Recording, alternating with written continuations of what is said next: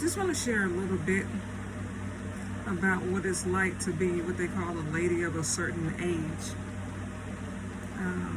I'm a single empty nester, and I hear all these people talk about, well, when you get to the 40s and 50s, you're going to be lonely.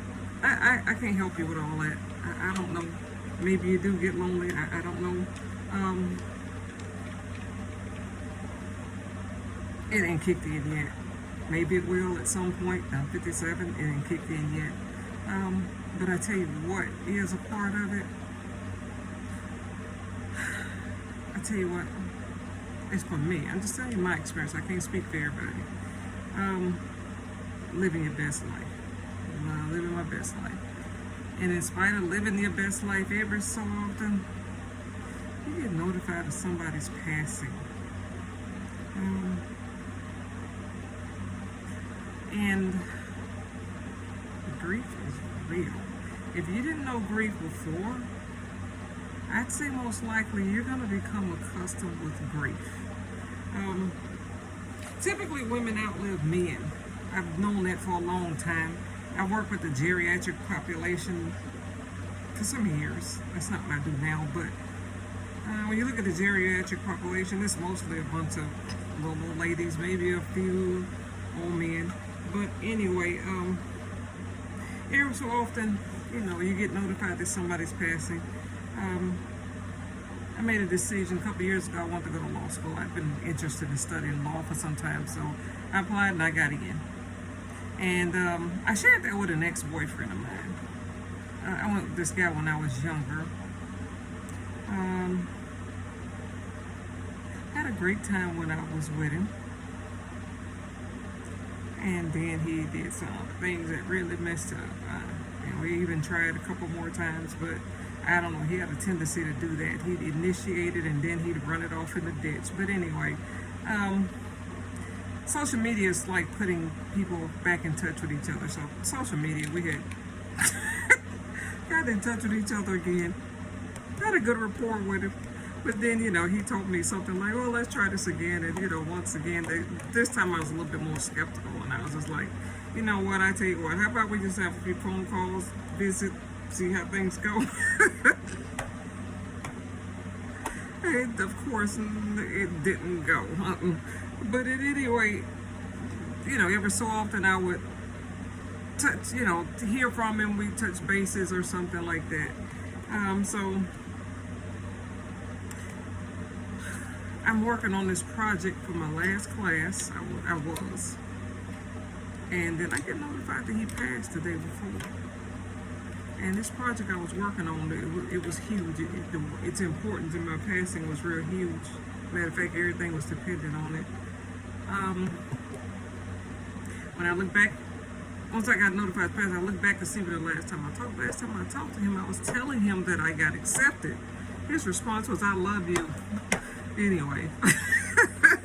But anyway, here I thought, last time I talked to him, I was telling him I got accepted. I think I did, I did hear from him several times after that. I think he was telling me to meet him at homecoming or something like that. But at any rate, for me, it was just kind of a no-go. But anyway, matter of fact, I'm pretty sure that he was with somebody when he was telling me to meet him.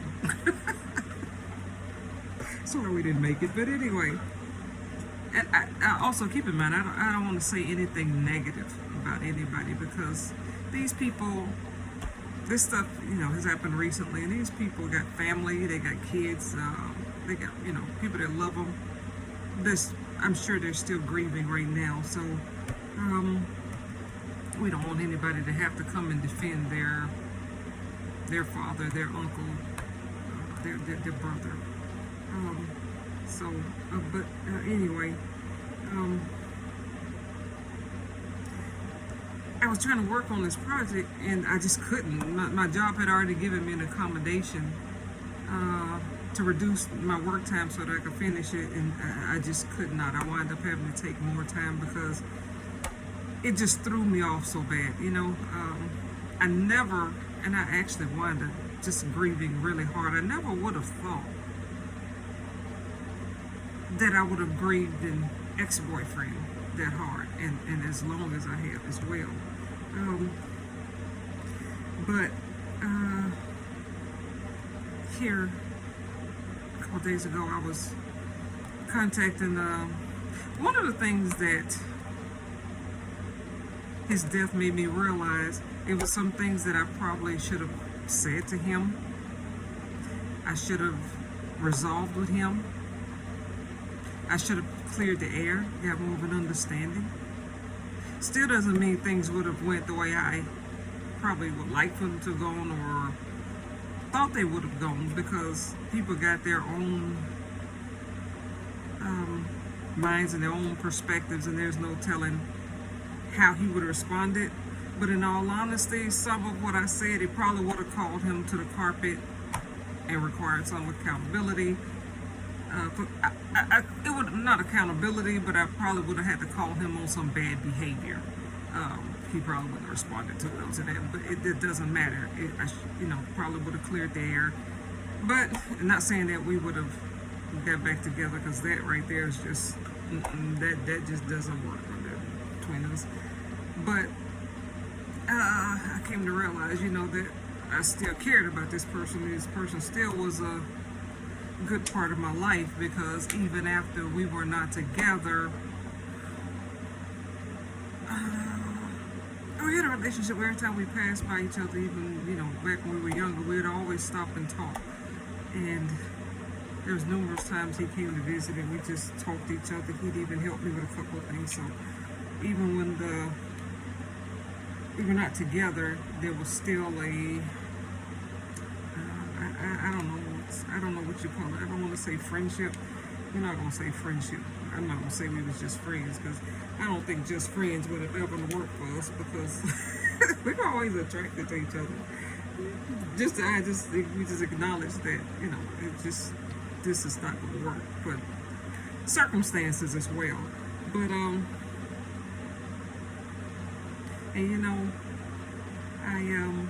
what I remember him by, because I got quite a few pictures of him, and I remember him, I use this one too. There's one where he has his two fingers up like in a peace sign, and I take that one as the one where he's saying goodbye. But the main ones I used to remember him, are the ones that he sent me. I don't know what he was doing. Been a conversation, several times in a conversation, talking about one thing, and then all of a sudden he would just drop a picture of himself in the middle of it, and it just didn't have anything to do with anything. But I think that might have been an attempt to hoover back in, or that might have been his come hither look, or what. I'm not sure, but I'm not doing all this. But anyway, so a couple days ago, I was trying to reach after dealing with him, I realized that, that I had a tendency to leave things unresolved. People just walk off and not really explain to them what's going on or what I didn't like. I took the Briggs-Myers personality test, and it says my conflict style is avoidant. So I really took a look at myself, and I went back and I looked at how many relationships that I probably just kind of just left them unresolved. And then I have the guy that I went with after him. He came back into my life recently. He came back after the first guy. He came back to my life. He contacted me through social media, and he was telling me that he lives maybe about somewhere like 45 minutes to an hour from me. But he was saying that he was sick, and he was telling me that he goes to the doctor here in the city that I live in. And I told him, you know what, I'll be there for you. And I went to the doctor with him, went to visit with him, to see him while he was in the hospital. My perspective is, we don't ever know what's going to happen to us. And if I ever get sick, I just hope to God that, somebody will be concerned, about me enough to come in, because, when you're going through things, that's when you find out who your real friends are and who care about you for real. Because your real friends are the people that get down in the ditch with you and start digging. Those are your real friends those are the people that care about you for real. And that's what love is too. All this other stuff people talking about what love is, if people tell you they love you and if they hug you, kiss you, put their hands on you, screw all of that. That's not what love is. And I hear all these, I don't know if it's true, but I hear a lot of men say that they run into women that's just only after money. I don't know nothing about all that. Because I'm going to tell you something, the people that care about you for real is the people that's going to get in the ditch with you and dig with you. But anyway, in the middle of all that, he handled something in a way I didn't like, and I walked off. I was just like, I got ticked off with him. I really got PO'd. But you know what? And I didn't even, I wouldn't even speak to him for a minute. And my reasoning of that, I told myself anyway, you know what? I see men do this all the time. They just walk out, they let you handle it. They let you figure it out. What do you hear women say all the time? Well, I just basically got a call and he stopped calling, they let you figure it out. Well, you know what? I'll take a note out their book, let them figure it out. But I did start talking to him eventually. He kept calling me, and eventually I did start talking to him again. But I never really talked to him about how his behavior, what I thought about his behavior.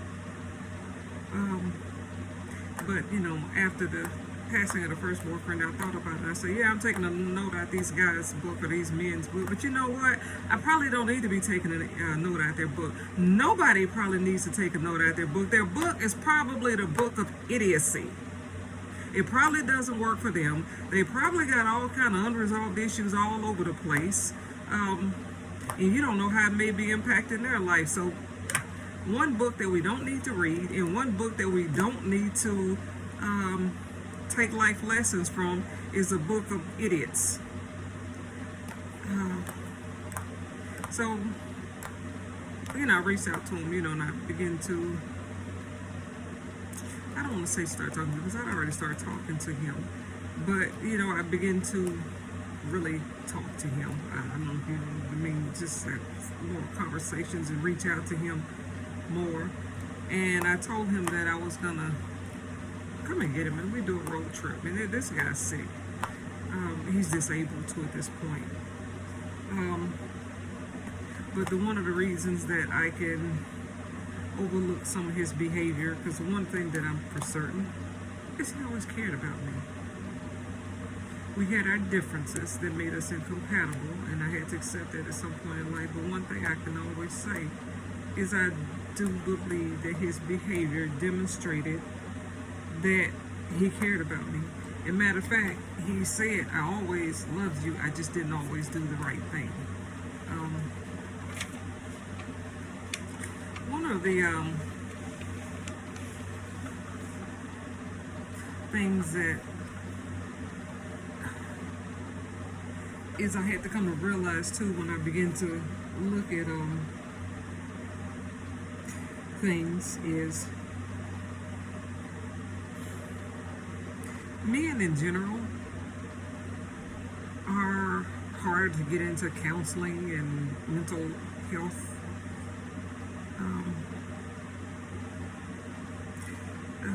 How would I say, get into like mental health assistance? But I think black men are probably even worse. And when I really begin to really look at things, I have to come to realize that sometimes these people are not well.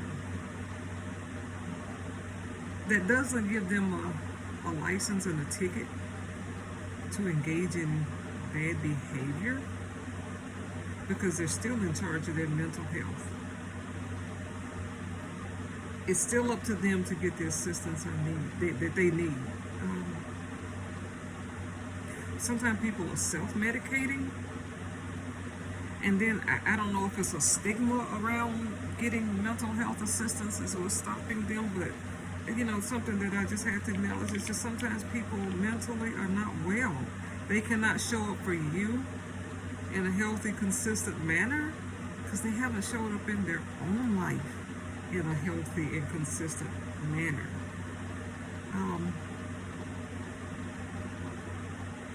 In spite of that, that won't lessen the grief. You still have to go through the grief. The grief is real. It is very, very real. You do yourself a favor if you just allow yourself to sit in it and feel it. And I had heard some people to say things like, well, allow yourself to, grieve it a couple days and then you get up and move on. No, you won't just get up and move on. The grief actually impacts your life.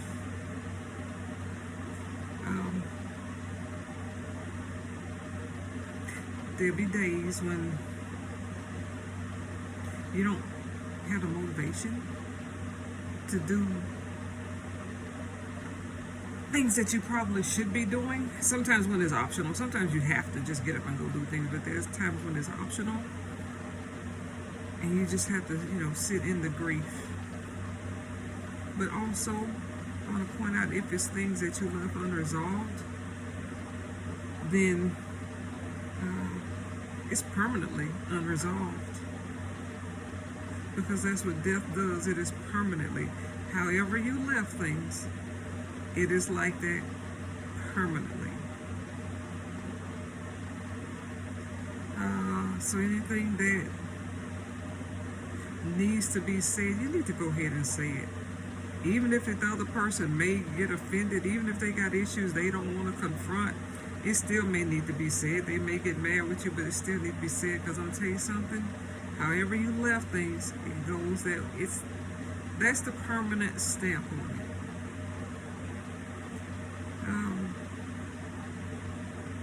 If you left things unresolved, then there's something you would live with. They somewhat rested in peace, hopefully. And that's a part of the process. So you want to know what it's like, these women getting their 40s and 50s and they're single. Life is, you know what, I can't speak for everybody, I can speak for myself. Life is great. All the things that you wanted to do but couldn't do before because you had obligations to the man, to the kids, you don't have to do that no more. Because now you can just do you. But I'll tell you another thing. The last person I was in a serious relationship with, he's deceased. But he was quite a few years older than me.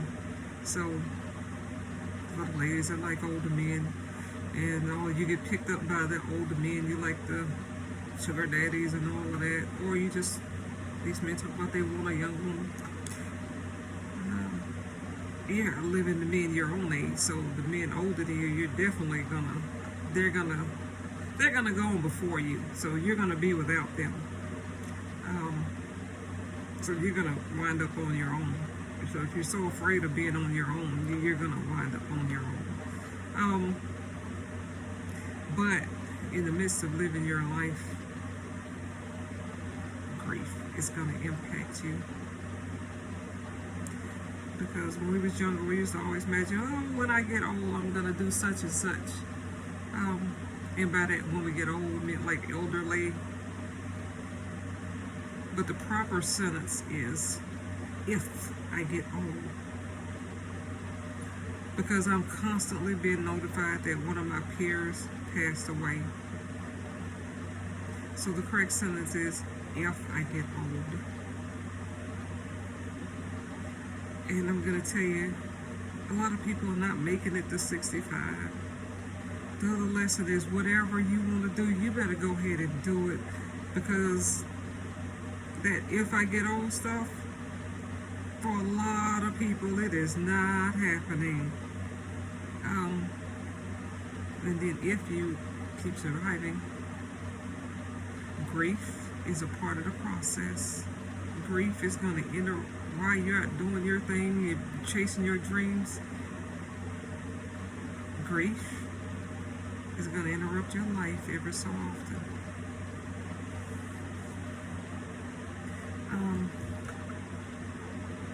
And one of the things I really want to stress is, I'm just looking at some people and I'm just realizing the extent that they had mental health issues that needed to be addressed.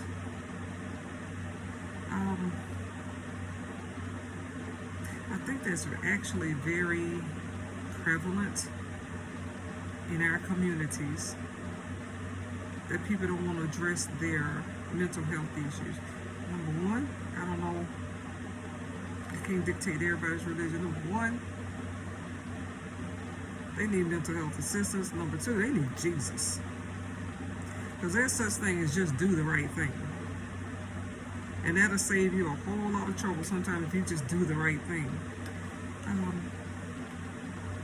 But I can't emphasize that enough to get the mental health assistance that you need. And also be vigilant about your health. Be hyperactive, hyper concerned about your health. How you eat impacts your health. Movement impacts your health. I take vitamins and supplements. All that is up to your discretion, but be hyper vigilant about it. Be protective about it. And as I get older and I talk to other people too, I think a lot of us are kind of protective of our peace, our peace of mind. And that's kind of why we just do our own thing. Peace out.